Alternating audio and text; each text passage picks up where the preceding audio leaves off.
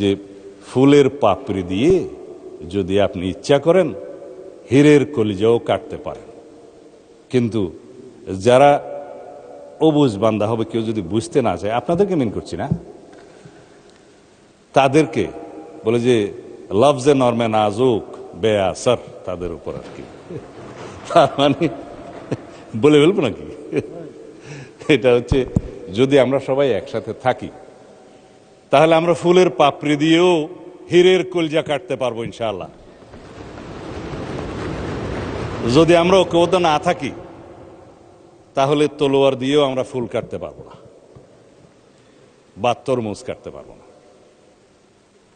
আমরা তরমুজের চরিত্র হচ্ছে বাহিরে সবুজ ভিতরে লাল, কিন্তু আমরা সবাই মিলে বাংলাদেশের পতাকার মতো সবুজ এবং লালের পতাকা উদ্যত করে দিচ্ছি।